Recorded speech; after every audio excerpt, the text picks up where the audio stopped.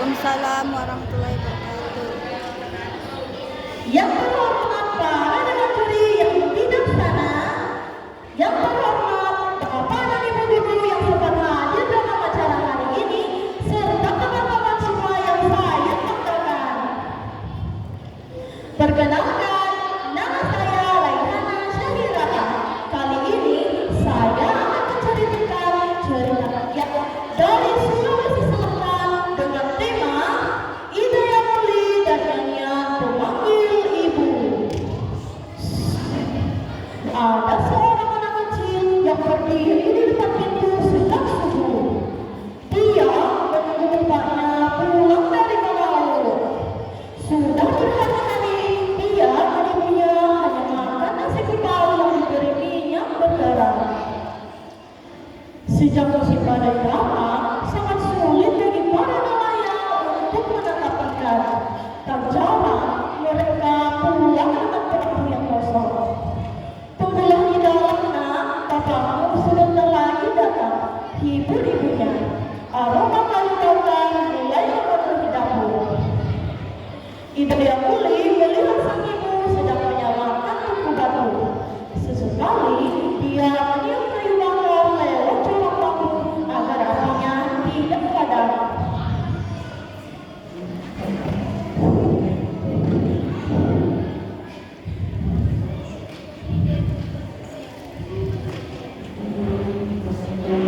Apa yang kamu masak? Bukankah kita tidak memiliki makanan sama sekali? Tanya Hidayah Muli. Semua harapan baik harus kita tunggu dengan persiapan, nak.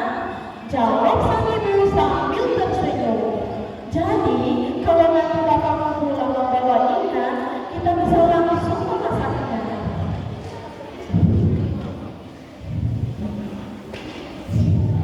Kalau bapak tidak membawa apa-apa, bagaimana?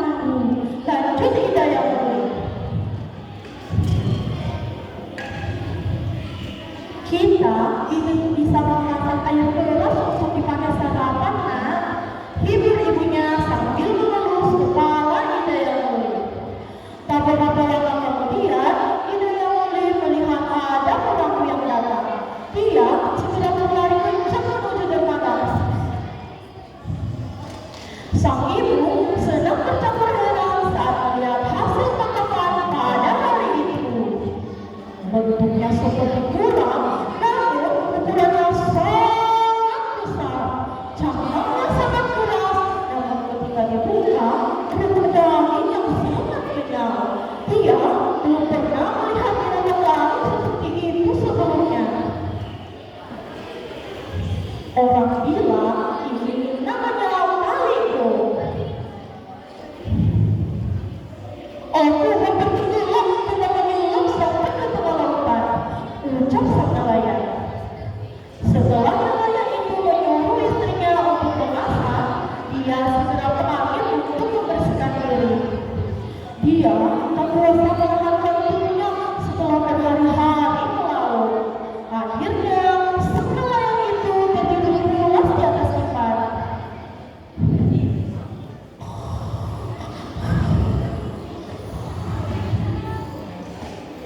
Hari menjelang siang, akhirnya sang nelayan itu bangun dengan keadaan perut yang keroncongan. Lapar. Namun alangkah kagetnya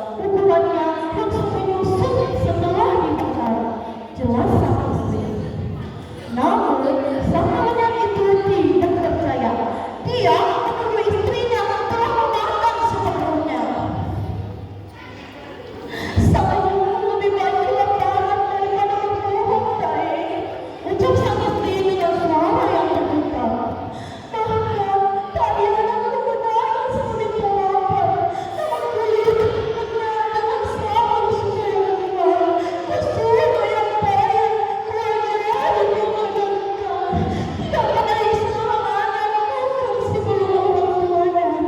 Ucap sang istri dengan air mata yang berlinang. Nelayan itu berbalik, sang mengambil lagi masalah tangannya. Namun tanpa sengaja, tangan sang nelayan itu mengenai alat penuh yang diletakkan di sudut dapur. Ujung tajam Malira tercantik mengenai kaki sang istri, dan istri nelayan itu terkejut. Ia langsung dengan perlakuan seperti itu. Sebelum sang nelayan sempat untuk meminta maaf, sang istri telah pergi dengan kaki yang terluka. Si bungsu tiba-tiba terbangun dari ayunan. Dia menangis karena kelaparan. Hidayah Muli pun menggendong adiknya pergi ke pantai.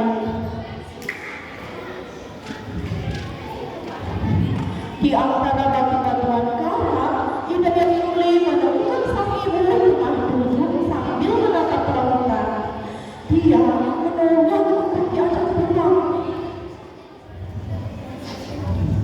Kalau nanti Hidayah menangis lagi, datanglah ke sini. Kalau Allah tidak ada, menyanyilah nak, Allah akan datang. Pesan ibunya.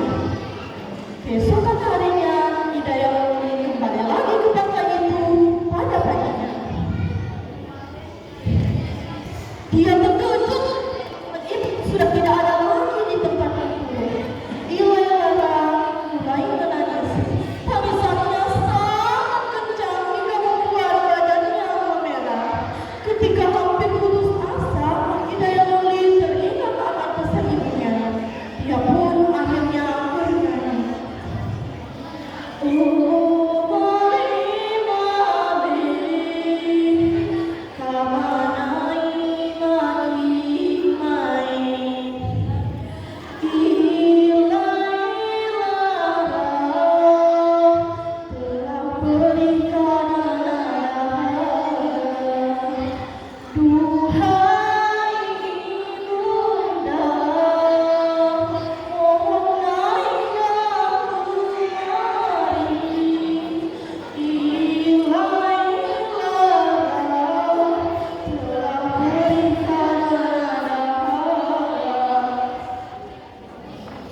Nyanyian Hidayah Muli menyentuh hati lautan. Ombak yang awalnya bergemuruh kini perlahan menjadi tenang. Angin yang sangat marah kini perlahan menjadi rendah. Tak berapa lama kemudian, sang ibu muncul dari dasar lautan. Betapa perih hati Hidayah Muli saat melihat ibu telah menjelma menjadi manusia ikan. Setiap hari selama berbulan-bulan, Hidayah Muli selalu datang ke pantai itu. Karena nyanyian yang bisa menenangkan ombak, membuat para nelayan bisa kembali ke laut. Namun tak berapa lama kemudian, sang ibu harus mengucapkan salam perpisahan. Nah, Mama sudah tidak bisa lagi bersama kalian. Laut telah mengubah air susu ini menjadi asin. Ajari hatimu minum air gelas kalau dia lapar. Dan kawanku sayang, menyanyilah kalau adikmu menangis. Lalu siapa yang menjaga kami? Bapakku telah meninggal karena sakit. Hingga akhir hidup, dia tidak pernah berhenti untuk menyesali perbuatannya. Ucap